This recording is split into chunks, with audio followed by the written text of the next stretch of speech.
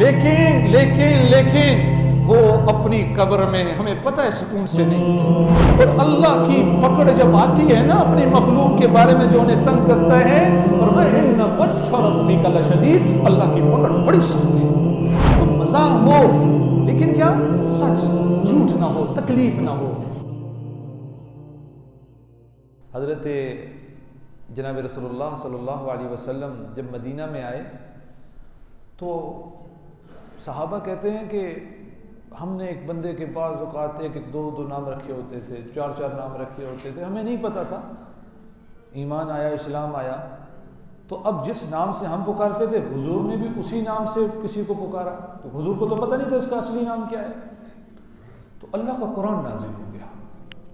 اللہ نے فرمایا وَلَا تَنَابَزُوا بِالْأَلْقَابِ بِئْسَ الِاسْمُ الْفُسُوقُ بَعْدَ الْإِيمَانِ، لوگوں کو برے ناموں سے مت پکارو، یہ ایمان والے کو فسق کی طرف لے جاتا ہے.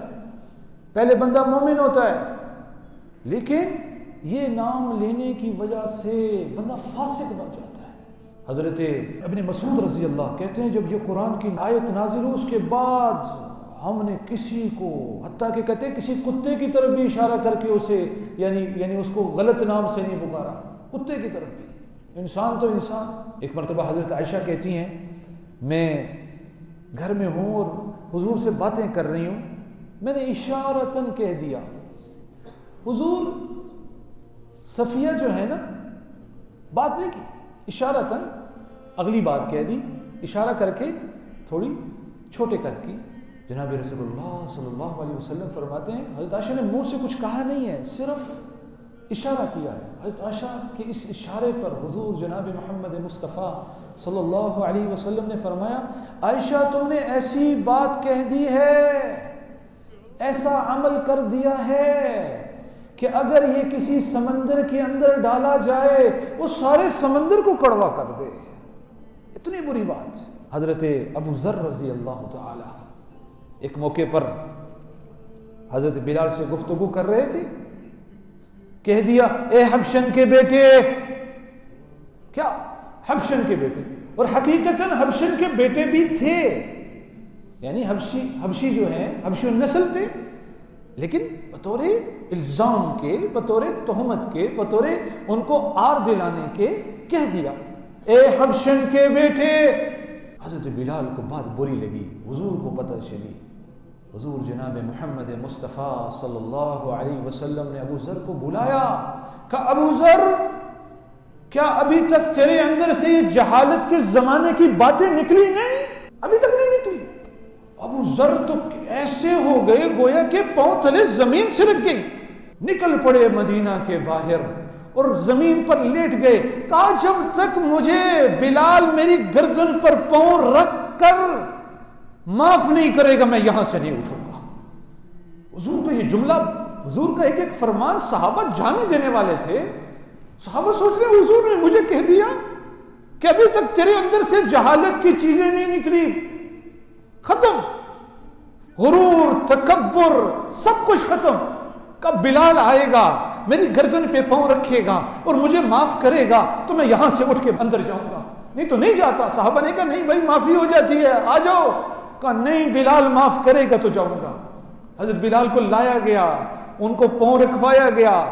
پھر حضرت ابو ذر رضی اللہ تعالیٰ اندر گئے مدینہ میں، مدینہ جانے سے انکار کر. اور پھر ایسی زندگی بدلی، ایسی زندگی بدلی، ایسی زندگی بدلی کہ ایک موقع پر کسی نے برا بلا کہا ابو ذر تو ایسا ایسا ایسا ایسا. حضرت ابو ذر غفاری کہتے ہیں اس شخص کو کہ بھائی ایک گھاٹی آنے والی ہے، یعنی محشر کا میدان آنے والا ہے، وہ آنے والا ہے. اگر میں وہ کراس کر گیا، میں پار کر گیا، مجھے تیری باتوں کی کوئی پرواہ نہیں، جو کہتا ہے کہتا رہے، میں کامیاب. اور اگر میں وہ گھاٹی کراس نہ کر سکا، پل صراط کراس نہ کر سکا، تو میرے بھائی جو تو نے مجھے کہا ہے نا میں اس سے زیادہ کا مستحق ہوں، مجھے اس سے زیادہ سنا، اس سے زیادہ کہہ. تو میرے بھائیو صحابہ اس طرح بدلتے، جیسا قرآن سنا، جیسا سنا، جیسا سنا، اپنی زندگیوں کو بدل لیا. تو ابو ذر نے صرف یہ جملہ کہا تیرے اندر سے ابھی تک جہالت کے دور کی چیزیں نکلی نہیں. تو میرے بھائیوں، ہم دن بھر ہر وقت ایک دوسرے کو برے القاب سے، برے ناموں سے، بری باتوں سے پکارتے رہتے ہیں، صرف کہ بھائی میری مجلس گرم ہو جائے، لوگ مجھے بڑا سمجھ لیں، میں بڑا باتونی ہوں، میں بڑی باتیں کر سکتا ہوں، میں بڑے جملے کر سکتا ہوں، صرف مجلس گرمانے کے لیے اور صرف اپنے ہنسی مزاح کے لیے خدا کی قسم ہم لوگوں کے سینے کے چیتھڑے اڑا دیتے ہیں۔ وہ مجلس تو 2 منٹ کے لیے گرم ہو گئی ہے، آپ کو لوگوں نے کہہ دیا ماشاءاللہ تو بڑا حاضر دماغ ہے اور کیا تو نے سنانی ہے فلانے کو، لیکن وہ تجھے پتہ بھی ہے کہ فلانے پہ کیا گزری ہے، تو نے اس کے ساتھ کیا کیا ہے۔ وہ کہا نا کہ جو سانس سے نکلی ہے وہ دھن سب نے سنی ہے، وہ جو تار پہ گزری ہے وہ کس دل کو پتہ ہے۔ تو نے تو کہہ دیا اور مجلس گرما دی اور ہنسا لیا، لیکن تجھے پتہ ہے کہ اس کے جس کو تو نے کہا ہے اس پر کیا گزری ہے، اس پر کون سے پہاڑ ٹوٹے ہیں۔ حضرت عبداللہ ابن عمر ہیں رضی اللہ تعالی عنہ، کہتے ہیں ایک موقع پر میں حج پہ جا رہا ہوں، راستے میں قیام کا وقت آیا تو میں نے ایک آبادی کے ساتھ، ایک گھر کے ساتھ جو ہے وہ ٹھہر گیا، تو ایک خاتون نے گھر سے دیکھا تو اپنے بچے کو بھیجا، ان کو گھر بلا لو، مسافر نظر آ رہے ہیں، گھر بلا لو۔ گھر بلایا گیا، کھانا کھلایا، رات کو قیام کے لیے سلایا۔ اب حضرت عبداللہ ابن عمر فرماتے ہیں رات کا پہر ہے اور میں کیا دیکھتا ہوں کہ شنن ما شنن آوازیں آ رہی ہیں، کیا مشقیزہ، مارو اس کو، پکڑو اس کو، لگاؤ اس کو۔ عبداللہ ابن عمر کہتے میں گھبرا گیا، یہ کیسی آوازیں، یہ کون ہے رات کے اس پہر؟ کہتے پوری رات یہ آوازیں سنتے سنتے سنتے بے چینی میں گزری۔ کہتے صبح ہوتی ہے، میں کہتا ہوں مائی اماں جان یہ کیا تھا، یہ کس چیز کا شور تھا، یہ کیا تھا رات بھر؟ کہا بیٹا تو نے بھی سن لیا، بیٹا تو نے بھی سن لیا۔ کہا میرا خاوند ہے، اس کی قبر ہے، یہ ساتھ اس کی قبر سے آواز آتی ہے۔ کہا اماں کیوں آتی ہے؟ کہا جی ایک وقت میرے گھر میں ایک آدمی آیا، خاوند نے دروازہ کھولا تو وہ پیاسا تھا، شدید پیاسا۔ خاوند کو شرارت سوجی، مذاق کرنے کے لیے کہا جا وہ مشکیزہ لڑکا پی لے پی لے پی لے، یعنی اس کی کیفیت دیکھوں اور اس کو وہ تھکا ہوا دیکھوں اور اس کی اس حالت کو دیکھوں۔ کہتے ہیں وہ جلدی جلدی میں مشکیزے کے پاس پہنچا ہے، دیکھتے ہیں مشکیزہ خالی ہے، اللہ نے وقت پورا کیا تھا، انتقال کر گیا پیاس کی وجہ سے۔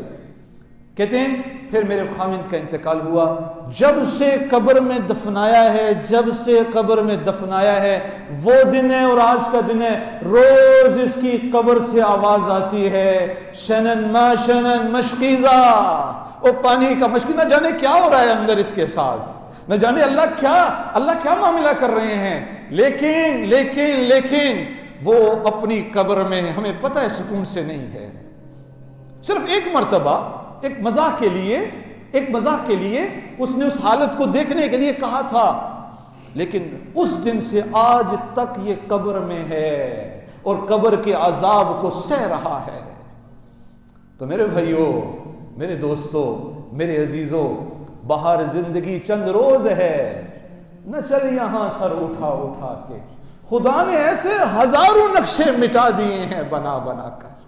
یہ جو تھوڑے دن کا ہے نا، یہ ہمیں اپنا غرور، ہمیں تکبر، ہمیں یہ اپنی اپنائیت کے میں اور یہ اور کہا یہ ختم ہو جائے گا، سب مٹ جائے گا، پھر تو اللہ کے سامنے جائے گا، اللہ کو جواب دے گا۔ کیوں؟ الخلق عیال اللہ، یہ اللہ کا کنبہ ہے جسے تو تنگ کر رہا ہے، یہ اللہ کی مخلوق ہے جسے تو تکلیف دے رہا ہے، یہ اللہ کے بندے ہیں، اور اللہ کی پکڑ جب آتی ہے نا اپنی مخلوق کے بارے میں جو انہیں تنگ کرتا ہے، فرمایا ان بطش ربک لشدید، اللہ کی پکڑ بڑی سخت ہے، اللہ کا انتقام پھر بڑا سخت ہے، اللہ پھر بہت سخت بدلہ لیتے ہیں۔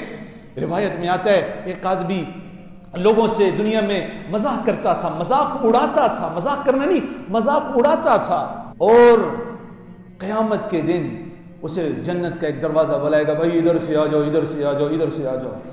وہ جائے گا دوڑتا ہامتا کامتا، پہنچے گا دروازہ بند، دوسرا دروازہ کہے گا ادھر سے آ جاؤ، ادھر سے آ جاؤ، ادھر سے، وہ وہاں دوڑے گا، پھر دروازہ بند، پھر کہا جائے گا ادھر سے آ جاؤ، وہ یہ عمل کرتے تھک جائے گا، پھر حتیٰ کہ اسے جنت بلا رہی ہوگی وہ اس طرف اٹھ کے نہیں جا سکے گا۔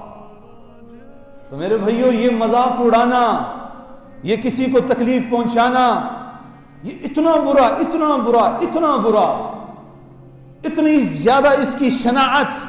مذاق کرنا جائز، آپ یہ نہ سمجھے دین ہمیں مذاق سے روکتا ہے، مذاق کرنا جائز، لیکن مزاج سمجھو دوسرے کا۔ آپس میں دوست ہو، ایک دوسرے کے مزاج کو سمجھتے ہو، کوئی بات کرتے ہو، کوئی مسئلہ نہیں، لیکن آپ کو لگتا ہے یار اس کو میری بات تھوڑی بری لگتی ہے، بھاری لگتی ہے، تو بھائی وہ مزاح نہ کرو اس کے ساتھ۔ کیوں آپ اس کا دل توڑ رہے ہو؟ اور حقیقی مذاق، سچ مذاق جس میں دوسرے کو تکلیف نہیں کر سکتے ہیں۔ ایک مرتبہ اسی طرح حضور کے پاس ایک شخص آیا، کہنے لگا اللہ کے نبی مجھے اونٹ دے دیجیے، اونٹ دے دیجیے، میں نے سفر پہ جانا ہے۔ حضور نے کہا میں اونٹ کا بچہ دوں گا، مذاقاً اونٹ کا بچہ دوں گا۔ تو صحابی کہنے لگے یا رسول اللہ میں اونٹ کا بچہ کیا کروں گا، میں نے سفر پہ جانا ہے۔ حضور نے کہا میں تو اونٹ کا بچہ دوں گا۔ اب اونٹ لایا گیا تو دیکھے بڑا اونٹ ہے، تو حضور نے مسکراتے ہوئے کہا بھائی وہ یہ بھی تو کسی اونٹنی کا بچہ ہی ہے نا، بڑا ہے لیکن یہ بھی کسی کا۔ اب مزاح کیا۔ ایک عورت آئی، کہنے لگی اللہ کے نبی دعا کرے نا میں جنت میں چلی جاؤں، بوڑھی عورت۔ حضور نے فرمایا بوڑھے تو نہیں جائیں گے جنت میں، بوڑھے تو جنت میں نہیں جائیں گے۔ اب وہ عورت پریشان ہو گئی، رونے لگی۔ تو حضور نے فرمایا کہ کیوں روتی ہو، اللہ بوڑھے کو جنت میں جوان کر کے داخل فرمائیں گے۔ یہ بڑھاپا تو بیماری ہے، یہ بڑھاپا اگر جنت میں بڑھاپے کے ساتھ جانا ہے تو یہ درد بھی تو ساتھ جائیں گے نا بھائی۔ اللہ کیا کریں گے، بوڑھے کو جوان کر کے جنت میں داخل فرمائیں گے۔ تو مزاح ہو لیکن کیا، سچ، جھوٹ نہ ہو، تکلیف نہ ہو۔ وہ عورت خوش ہو گئی، کھلکھلا اٹھی۔ تو کہنے کا مقصد یہ ہے دین مزاح سے نہیں روکتا، دین باتوں سے نہیں روکتا، لیکن ایسی جس سے دوسرے کو تکلیف ہو رہی ہے، جس سے دوسرے کو اذیت پہنچ رہی ہے، یہ اللہ کی نظر میں بہت بڑا گناہ ہے۔ بلکہ حضور ایک دفعہ فرما رہے، کہتے ہیں کہ سود جو ہے نا، سود وہ اس کی 73 قسمیں ہیں سود کی، اور کا سب سے ہلکا سود یعنی کسی کو آپ نے 1000 دیا اور 1005 روپے 1010 روپے یا 1500 لینے کی بات کی، یہ سود ہے۔ پیسے تھوڑے دیے اور زیادہ لیا، یعنی ایک مہینے بعد پھر آپ نے یہ 1500 دینا ہے۔ حضور نے فرمایا کہ سب سے ہلکا سود کیا ہے کہ کوئی اپنی ماں کے ساتھ، کس کے ساتھ، ماں کے ساتھ 36 مرتبہ زنا کرے۔ ایک روپیہ سود کھایا آپ نے، 1 روپیہ۔ حضور فرماتے ہیں کہ یہ اتنا برا ہے، ہم سب اس میں بھی پڑے ہیں، اتنا برا کہ کوئی آدمی اپنی ماں کے ساتھ 36 مرتبہ زنا کر رہا ہے، اور فرمایا یہ ایسا ہے گویا کوئی اللہ اور اس کے رسول کے ساتھ جنگ کر رہا ہے، اللہ کے ساتھ لڑ رہا ہے، سود کھا رہا ہے۔ صحابہ نے پوچھا یا رسول اللہ یہ تو سب سے ادنا تھی، ادنا، سب سے بھاری قسم کیا ہوگی؟ سب سے بھاری سود کی سب سے بھاری قسم کیا ہے، سب سے بری حالت کیا ہے، پہلی قسم کیا ہے؟ تو جناب رسول اللہ صلی اللہ علیہ وسلم نے فرمایا کسی ایمان والے کی دل آزاری کرنا، یہ سب سے بڑا گناہ، یہ سب سے بڑا سود ہے۔ کسی ایمان والے کو تکلیف دینا، کسی ایمان والے کو ضرر پہنچانا، کسی ایمان والے کے دل کے چیتھڑے اڑانا، یہ سب سے بڑا سود ہے۔ تو میرے بھائیوں، میرے دوستوں، میرے عزیزوں، ہم مجلس میں بیٹھیں، گفتگو کریں، لیکن جب باتیں آپس میں کریں کسی کی دل آزاری نہ کریں، کسی کا دل نہ توڑیں۔ تو میں آپ کو شروع میں کہہ چکا، وہ نوجوان لڑکا ٹین ایجر تھا۔ یہ تو بیسک مینرز ہیں جو ہر ایک آدمی کو آنے چاہیے، یہ کوئی اتنی بڑی چیز نہیں ہے کوئی انسان کہ یار یہ تو ہمیں پتہ نہیں تھی، یہ تو بیسک بنیادی چیزیں ہیں۔ وہ کہتے ہیں میں کئی دفعہ خودکشی کا سوچ چکا ہوں، کئی دفعہ، اور وہ لوگ بھی انجانی میں، ان کو پتہ نہیں ہوگا، وہ کہہ رہے ہیں اب کچھ خدا نہ خاصہ ہو جاتا، وہ کر لیتا تو پیچھے سارے کہتے وہ جی پتہ نہیں کیا اس کی غربت تھی، نہ جانے اس کی حالات کی وجہ سے تنگ آ کے اس نے کر لیا ہو۔ نہیں بھائی بدبختو، تمہاری وجہ سے اس نے کر لیا۔ تو میرے بھائی، میرے دوستوں، میرے بزرگوں، اپنی زبان کو ہم احتیاط سے استعمال کریں۔ حدیث میں آتا ہے، صحابہ نے پوچھا اللہ کے نبی کیا یہ زبان کے بول بھی یہ بھی پکڑ کا ذریعہ بنیں گے؟ سب سے زیادہ تو جہنم میں گرانے والی یہ زبان ہوگی، سب سے زیادہ۔ تو جب زبان کا استعمال ہو، جب کوئی بات منہ سے نکلے تو سوچیں، تولیں، پھر بولیں۔ یہ نہیں کہ جیسے کلیشنکوف پہ چلانا شروع کر دی، ہم نے نہ جانے کتنوں کے دل توڑے، نہ جانے کتنوں کے دل زخمی کیے۔ آج میں بھی یہ تہیہ کر لوں بھائی، ہم آپس میں لوگ بیٹھیں گے بھی، دوست بیٹھیں گے بھی، باتیں بھی کریں گے، لیکن کسی کا مذاق، کسی کے عیب پر، کسی کی بات پر اس کو تانا نہیں دیں گے، اسے وہ مجلس گرمانے کے لیے کوئی ایسی بات نہیں کریں گے جو اگلے کو چبھے، جو اگلے کو تکلیف پہنچائے، جو اگلے کو اذیت میں ڈالے۔ تو میرے بھائیوں، اللہ سے دعا ہے اللہ ہمیں اس بیماری سے محفوظ رکھے، اور حضور صلی اللہ علیہ وسلم کے جو اخلاق حسنہ ہیں ان کو سیکھنے کی توفیق عطا فرمائے اور اس پر عمل کی توفیق عطا فرمائے۔ دعا ہے جو کہا جو سنا اللہ مجھے اور آپ کو اس پہ عمل کی توفیق عطا فرمائے۔